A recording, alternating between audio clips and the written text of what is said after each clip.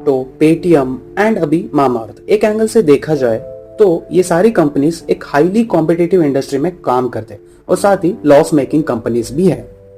हमारा कंसर्न आज के वीडियो में कंपनीज के लॉस को लेकर नहीं बल्कि इनके आईपीओस में इन्वेस्ट करने वाली म्यूचुअल फंड हाउसेस को लेकर है। म्यूचुअल फंड्स पे ऑलरेडी बहुत सारे क्रिटिकल क्वेश्चंस रेस किए जाते हैं, जैसे कि उनके बेंचमार्क रिटर्न्स को मीट ना कर पाना, म्यूचुअल फंड्स के high expense ratio and other charges को लेकर भी बहुत सारे सवाल उठाए जाते हैं। इसी में एक एडेड पॉइंट, जैसे आखिर ये म्यूचुअल फंड्स एक लॉस मेकिंग कंपनीज के आईपीओ में पैसा क्यों लगाते हैं।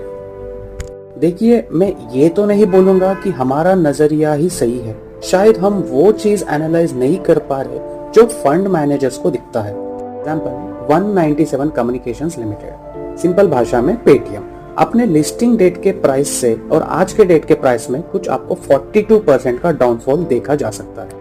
क्या आपको ये पता है कि पेटीएम का जब आईपीओ आया था तो इन सारी फंड हाउसेस ने इस आईपीओ में इन्वेस्ट किया था, जैसे कि Mirae Asset, emerging blue chip, Mirae Asset का फोकस्ड फंड, आदित्य बिरला का फंड, फिर Aditya Birla life banking and financial services, ऐसे फंड्स। सिमिलर केस मामाअर्थ के साथ भी जिसे आप देख सकते हो। जैसे ये मामाअर्थ कंपनी अपने प्रोडक्ट्स के साथ साथ अपने मार्केटिंग स्ट्रेटजीज के लिए भी ज्यादा फेमस है और साथ ही साथ अपने ओवर वैल्यूएशन न्यूज के लिए भी बीच में बहुत ज्यादा फेमस हो चुकी थी।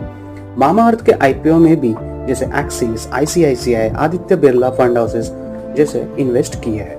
अब बात ये है कि कोई भी म्यूचुअल फंड अपने इन्वेस्टर या यूनिट होल्डर से ओपिनियन नहीं लेता है कि हम ये पर्टिकुलर आईपीओ में इन्वेस्ट करने वाले या करेंगे।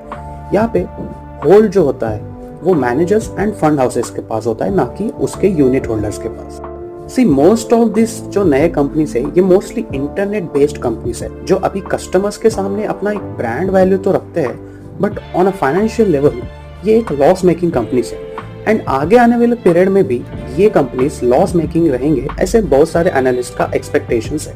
और ये analyst based on competition, condition, innovation, preferences of the customers और भी बहुत सारी चीजों को कंसिडर किया करके जाता है।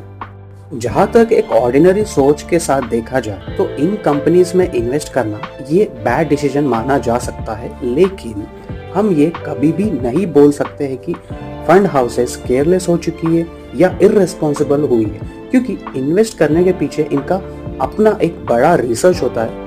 फर्दर बहुत सारी लेवल्स पे डिस्कशन, एनालिसिस और भी बहुत सारी चीजें इसमें इन्वॉल्व होती है। बट आप मेजरली देखोगे कि जैसे पेटीएम के केस में आज के डेट पे फंड हाउसेस के होल्डिंग्स 1 to 2% के बीच में लाई करते हैं। क्या सच में आपका इतना बड़ा एयूएम वाला फंड 1% वाले स्टॉक में 40% के गिरावट से पूरा पोर्टफोलियो हिल जाएगा? नहीं ना।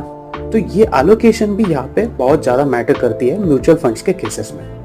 ऑफ कोर्स फंड हाउसेस को क्वेश्चन करना ये इन्वेस्टर्स का राइट बनता है एंड फंड हाउसेस अपने इन्वेस्टर्स के साथ ट्रांसपेरेंसी रखना ये उनकी रिस्पॉन्सिबिलिटी बनती है। आई होप कि आपको ये कन्वर्सेशन के पर्पस के बारे में एक क्लियर आइडिया आ गया होगा। यहाँ पे हम कोई भी फंड को डिग्रेड नहीं कर रहे, ना कोई फंड को प्रमोट। हम बस इन्वेस्टर्स के कंसर्न एंड इन्वेस्टर्स ने ऐसे केसेस में जहाँ पे फंड हाउसेस एक लॉस मेकिंग कंपनीज में जब आईपीओ में इन्वेस्ट करने के रोड पे होती है तो इन्वेस्टर्स ने अपने एंगल से किस तरह सोचना चाहिए, इसको एक रोड मैप देने की छोटी सी कोशिश हमारे साइड से हुई है। So that's it for the video. I hope कि आपको ये कन्वर्सेशन इंफॉर्मेटिव लगा होगा।